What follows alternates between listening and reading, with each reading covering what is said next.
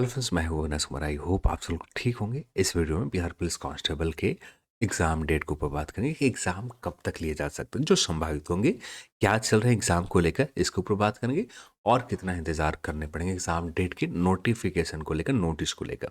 और आप सभी लोग जानते हैं कि आज के दिन ट्विटर के ऊपर कैंपेन रखे गए बिहार पुलिस कांस्टेबल के एग्ज़ाम डेट अनाउंसमेंट को लेकर।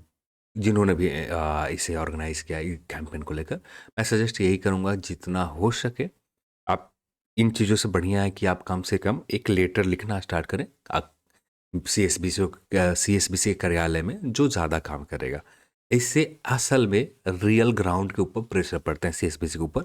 जब कैंडिडेट लेटर लिखकर भेजने लगा, सीएमओ के पास लिखे, सीएसबीसी के पास लिखे, जो असल में काम आते हैं।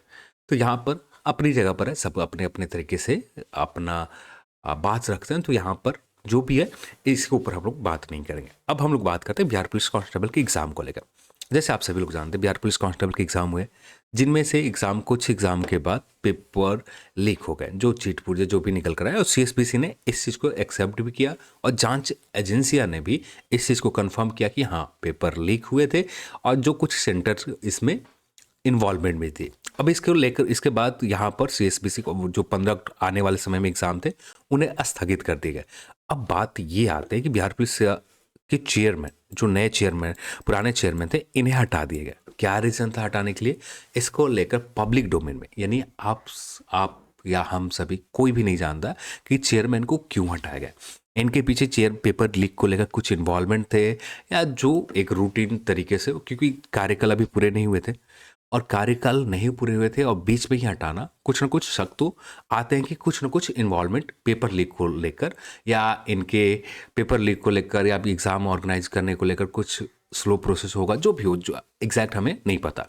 सेकंड चीज़ है, एक जो भी पेपर, चाहे ऑनलाइन हो एग्ज़ाम चाहे ऑफलाइन एग्ज़ाम हो, दोनों एग्ज़ामों में प्राइवेट कंपनी की इन्वॉल्वमेंट पूरी होती है। यानी एग्ज़ाम को ऑर्गेनाइज करने में, एग्ज़ाम के पेपर तैयार करने में, एग्ज़ाम के जो क्वेश्चन पेपर होते हैं इसे तैयार करने में। अब ये प्राइवेट कंपनी के कितना इन्वॉल्वमेंट था इस पेपर लीक को लेकर, ये भी जांच एजेंसी या किसी ने भी इसके ऊपर भी कुछ कमेंट या कुछ भी नहीं किया। क्योंकि यहाँ पर जब चेयरमैन को हटाया गया, अब जब चेयरमैन को हटाया गया है तो किस रीज़न से हटाया गया ये भी एग्जैक्ट क्लियर नहीं है। शायद ऐसा हो सकता है कि प्राइवेट कंपनी से यहाँ पर इन्वॉल्वमेंट हो जहाँ से पेपर लीक किया गया हो, एग्जैक्ट जानकारी तो है नहीं। अब यहाँ पर ये निकल, हमें इंतज़ार करने पड़ेंगे जब तक जांच एजेंसियाँ यानी ईओयू का जांच पूरी तरह से कंप्लीट नहीं हो जाते। इसके बाद कुछ, और यहाँ पर आप सभी लोग जानते हैं कि नए चेयरमैन कुछ ही दिन पहले अपॉइंट हुए। अब इनके पास 2-3 काम होंगे। यदि प्राइवेट कंपनी के ऊपर कुछ आंच गिरी होगी तब यहाँ पर इस प्राइवेट कंपनी को भी चेंज करना होगा, सीएसबीसी को। तो प्राइवेट कंपनी की यदि ऐसा एग्जैक्ट हमें जानकारी नहीं है और जो भी चीज़ें यहाँ पर इस तरह की चीज़ें होते हैं ये पूरी तरह से सीक्रेट तरीके से होते हैं, ना ही पब्लिक डोमेन में, ना ही किसी भी तरीके का टेंडर नोटिस ऑफिशियल तौर पर पब्लिक डोमेन में डाली जाती है। जो भी होते हैं इनके बीच में, जो भी हो, जिस तरीके से भी मेल के द्वारा जो भी हो, एग्जैक्ट हमें इसको लेकर जानकारी है नहीं। अब यहाँ पर नए चेयरमैन को एक काम और करने होंगे, जिस भी कंपनी को नए टेंडर जारी करने होंगे।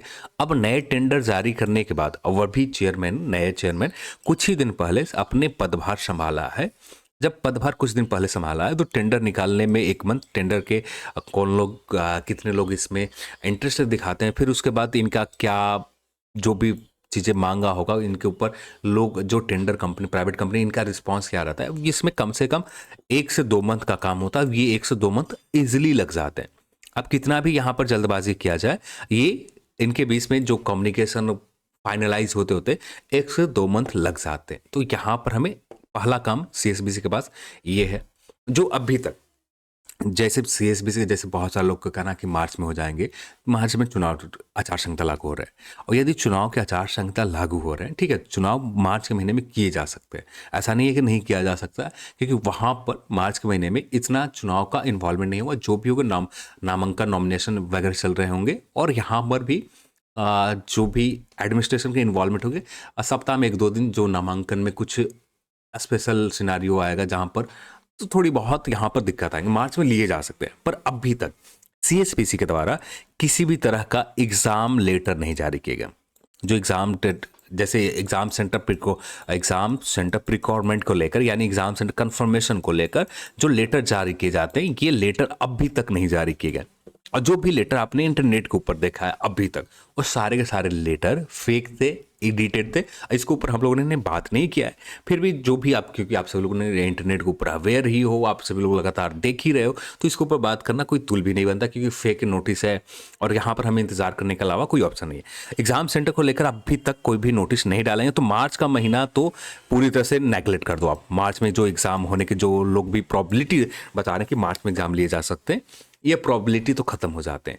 यदि कुछ एग्जाम सेंटर प्रिक्वायरमेंट को लेकर यदि नोटिस आते भी है, तो इसके नोटिस हमें ज़्यादा से ज़्यादा 15 फरवरी के अंदर आ जानी चाहिए। किसी भी तरह का आयोग के द्वारा, सीएसबीसी के द्वारा नोटिस जारी हो जानी चाहिए, जो अभी तक उम्मीद कम है कि इस तरह के नोटिस आने वाले समय में जारी किए जाएंगे। अब इसको लेकर कोई भी कंफर्मेशन जानकारी भी निकल कर नहीं आ रहा है कि क्या चल रहा है। जो भी होगा, यदि कुछ निकल कर आते तो एग्जाम डेट या जो भी मंथ की कुछ ना कुछ जानकारी निकल कर आ जाते, पर अभी तक इसको लेकर कोई भी जानकारी निकल कर नहीं आ रहा है। तो ये चीज़ें भी आपको समझने होंगे। तो हमें एग्जाम डेट को लेकर हमें इंतज़ार करने पड़ेंगे। कितना इंतज़ार करना पड़ेगा? लंबा इंतज़ार करना पड़ेगा। अब एग्ज़ाम डेट हमें मंथ, ये इनके जो भी प्रोसेस है, जैसे एग्ज़ाम किस कंपनी को एमआर शीट चेक करने के लिए दी जाएगी, क्वेश्चन पेपर कौन सा कंपनी को प्रिंट आउट करने के लिए दिए जाएंगे, ये सारे काम जब तक पूरे नहीं हो जाते, फिर उसके बाद एग्ज़ाम सेंटर प्रिक्वायरमेंट को काम स्टार्ट होगा। एग्ज़ाम डेट के यदि एडमिनिस्ट्रेशन आचार संहिता के समय चुनाव हो रहे हैं, उसी बीच में एग्ज़ाम कराने के लिए अपना एडमिनिस्ट्रेशन अप्रूवल दे देते तो एग्ज़ाम भी हो सकते हैं। प्रॉबिलिटी ना के बराबर है, फिर भी ऐसा किया जा सकता है। पर यहाँ पर एक चीज़ और है कि जो लोग वोट देने के कानूनी अधिकार है जिनके पास, अब वोट तो देना है लोगों को। अब यहाँ पर पिछली बार 17 दरोगा में उपचुनाव थे, प्री एग्जाम में उपचुनाव थे, फिर बाद में आयोग को फिर से एग्जाम ऑर्गेनाइज करना पड़ा था उन कैंडिडेट के लिए जिन रीजन में उपचुनाव थे, बीपीएसएससी को, एसएससी को। तो यहाँ पर चुनाव की वजह से, अब ये तो उपचुनाव थे जहाँ पर कोई ज़्यादा एक दो डिस्ट्रिक्ट, एक दो रीजन में जिस जो चुनाव क्षेत्र में चुनाव हुए होंगे, बस कुछ रीजन में थे उपचुनाव, जिसके वजह से बस एक दो रीजन प्रभावित हुआ। जब यहाँ पर बात करें तो यहाँ पर ये फॉर्म अप्लाई करने वाले सिर्फ बिहार के तो है नहीं, यहाँ पर कुछ लोग यूपी के होंगे, कुछ झारखंड के होंगे, कुछ अदर स्टेट के और भी होंगे। तो यहाँ पर इनको भी है। अब इनके स्टेट में कब इलेक्शन होंगे, किसी बिहार का तो सीएसबीसी को पता रहेगा, बिहार का इलेक्शन इस फेजेज में यहाँ हो रहे हैं। अब यहाँ पर किसी और फेजेज में एग्जाम होंगे, अब यहाँ पर किसी और फेज में होंगे, तो इनके लिए अलग से व्यवस्था करने होंगे एग्जाम अलग डेट में, जो सीएसबीसी इस चीज़ को इग्नोर करना चाहिए। कि अब दूसरा चीज़ की आपको यहाँ पर जो डिस्ट्रिक्ट एडमिनिस्ट्रेशन है, ये भी इस चीज़ को अप्रूवल नहीं देगा, क्योंकि सारा आला कमाम जो भी रहेंगे ये एडमिनिस्ट्रेशन में, सारे लोग मेन फोकस होगा चुनाव के ऊपर, क्योंकि चुनाव लोकसभा का चुनाव है, बड़ा चुनाव है, कोई उपचुनाव नहीं है, कोई पंचायत का चुनाव नहीं है। अब यहाँ पर बिहार विधानसभा के चुनाव के बीच में बीपीएससी के एग्जाम पोस्टपोन हो गए थे, तो यहाँ पर लोकसभा का चुनाव है कि किस तरह से जो लोग भी बात करें कि मार्च में चुनाव ले लिया जा सकता है। हाँ, मार्च में पॉसिबिलिटी है, शुरुआती मार्च में, और यदि शुरुआती मार्च में लेना होता तो सीएसबीसी अभी तक एग्जाम लेटर इशू कर दिए होते, पर अभी तक एग्जाम लेटर सीएसबीसी इशू नहीं किया है। अब इसको लेकर अब ऐसा इसलिए मैं कर रहा हूँ, जैसे कि यहाँ पर एग्जाम बड़े कैंडिडेट के नंबर है और यहाँ पर बहुत सारे सेंटर कंफर्मेशन करने होते हैं, तो यहाँ पर किसी न किसी डिस्ट्रिक्ट से कुछ ना कुछ न्यूज़पेपर में या एग्ज़ाम लेटर वायरल हो जाते। तो यहाँ पर अभी तक किसी भी तरह का वायरल नहीं हुए और ना ही किसी भी तरह की जानकारी निकल कर आने के सीएसबीसी एग्जाम को लेकर कोई प्लानिंग भी है। अभी के समय में कोई भी डेट, कोई भी मंथ, कोई भी कंफर्मेशन अभी तक तो नहीं है। कल जाकर क्या हो जाता है, कल के लिए एग्जैक्ट जानकारी नहीं है। आज की बात करें, आज तक अभी तक बात करें, कोई भी एग्जाम सेंटर एग्जाम डेट को लेकर लेटर अभी तक जारी नहीं किया गया। तो सब कुछ है, तो यहाँ पर आपको इंतजार करने पड़ेंगे। एक रफ आइडिया बात करें एग्जाम को लेकर, तो एग्जाम का रफ आइडिया आपका रहेगा जून और जुलाई के महीने में ही रहेंगे। और यहाँ पर जून और जुलाई में पूरी की पूरी सारे एग्जाम, चाहे बिहार सिविल कोड का हो, ये भी अपना एग्जाम सेंटर प्रिक्वायरमेंट को लेकर लगेंगे। बिहार एसएससी है, ये भी अपना कोशिश करेंगे कि जून जुलाई में एग्जाम ले ले। फिर यहाँ पर सीएसबीसी है, ये भी कोशिश करेंगे कि अपना एग्जाम यहाँ पर ले ले। तो ये तीनों बड़े बिहार के जो हैं, बिहार सिविल कोड का भी एग्जाम जो है यहाँ पर अभी तक अटका पड़ा है और यहाँ पर भी बहुत बड़े नंबर पर कैंडिडेट का नंबर है। बिहार एसएससी के पास खुद 25 लाख कैंडिडेट है। सीएसबीसी के पास भी एग्जैक्ट मुझे नंबर याद नहीं है अभी, तो सीएसबीसी के पास भी बहुत बड़े नंबर कैंडिडेट के एग्जाम ऑर्गेनाइज करने हैं। तो ये 3 मेजर एग्जाम सीएसबीसी को जून और जुलाई में लेना है। और किस मंथ किस डेट को पढ़ेंगे, किस एग्जाम का कौन सा डेट मिलेगा। बीएसएससी के साथ एक अच्छी बात यह है कि ये एग्ज़ाम अपना लगातार कराते हैं, चाहे जैसे भी एग्ज़ाम ऑर्गेनाइज करते हो, चाहे छुट्टी में करते हो या एग्ज़ाम सेंटर उस दिन जो भी रिजल्ट कैसे होते हैं एग्जैक्ट मुझे नहीं पता, पर इन लोग इस तरह से अरेंज करते हैं कि लगातार हो जाए, एक भी डेट बीच में गैप ना हो। तो यहाँ पर इनके एग्जाम तो लगातार 3 या 4 डेट में कंप्लीट हो जाएंगे। ठीक है, अब नंबर आता है सीएसबीसी का। तो सीएसबीसी में वीकली एक वीक में एक एग्जाम होते हैं, यानी हर संडे को एग्जाम ली जाती है। तो यहाँ पर इनके किस तरह से एग्जाम ऑर्गेनाइज किए जाते हैं और इनके पास भी शेड्यूल मिल जाएंगे। ऐसा नहीं है कि इनका भी सेंटर नहीं कंफर्मेशन होगा, इनका भी सेंटर कंफर्मेशन हो जाएगा, क्योंकि जून और जुलाई के महीने में ही प्रोबेबिलिटी रहेंगे आपको, चाहे सीएसबीसी का एग्जाम हो, चाहे बिहार एसएससी का एग्जाम हो या बिहार सिविल कोर्ट का एग्जाम हो, इन सारे एग्जाम एक ही समय में भसड़ मचने वाली है। और क्या होते हैं क्या नहीं होते हैं ये सारे कंफर्मेशन आगे मिलेंगे। अभी के लिए हमें इंतजार करने के अलावा कुछ नहीं है।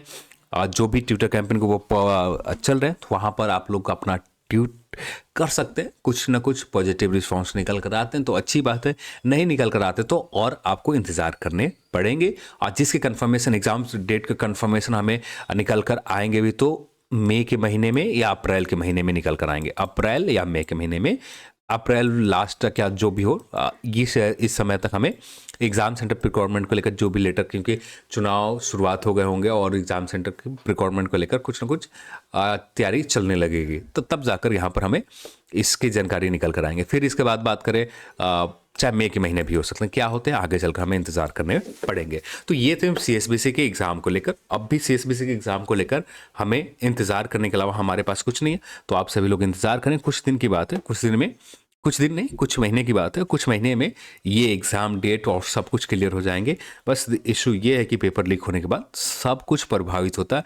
आयोग को फिर से उसी प्रोसेस को उतना ही बजट, जितना बजट पहले एग्ज़ाम में खर्च किया था उससे ज़्यादा बजट यहाँ पर थोड़ी सी बढ़ जाते हैं, खर्चे बढ़ जाते हैं और उतना ही पैसा यहाँ पर फिर से खर्च करने होंगे। जो आपने 700 रुपया 400 रुपये जो भी फ़ी, 450 या 500 फ़ी जो भी है, ठीक है, यहाँ पर जो भी फ़ी आपने पे किया, इफ़ जो एक बार एग्ज़ाम ऑर्गेनाइज करने के लिए फ़ी किया, अब इसी अमाउंट को फिर से दोबारा पे करने होंगे।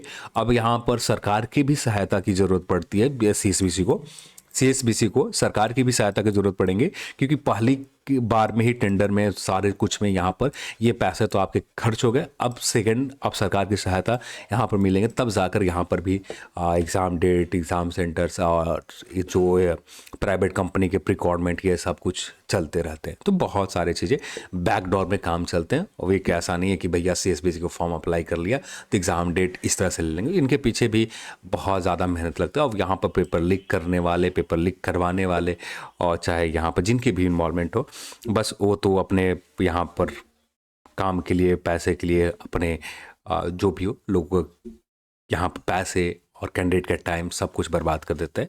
जो भी है, अब हमारे पास इसके अलावा कोई ऑप्शन नहीं है कि हमें इंतज़ार और करने पड़ेंगे। तो चलिए आज की इस वीडियो में इतना ही, और इस वीडियो को देखने के लिए आप सभी को बहुत बहुत धन्यवाद। जय हिंद।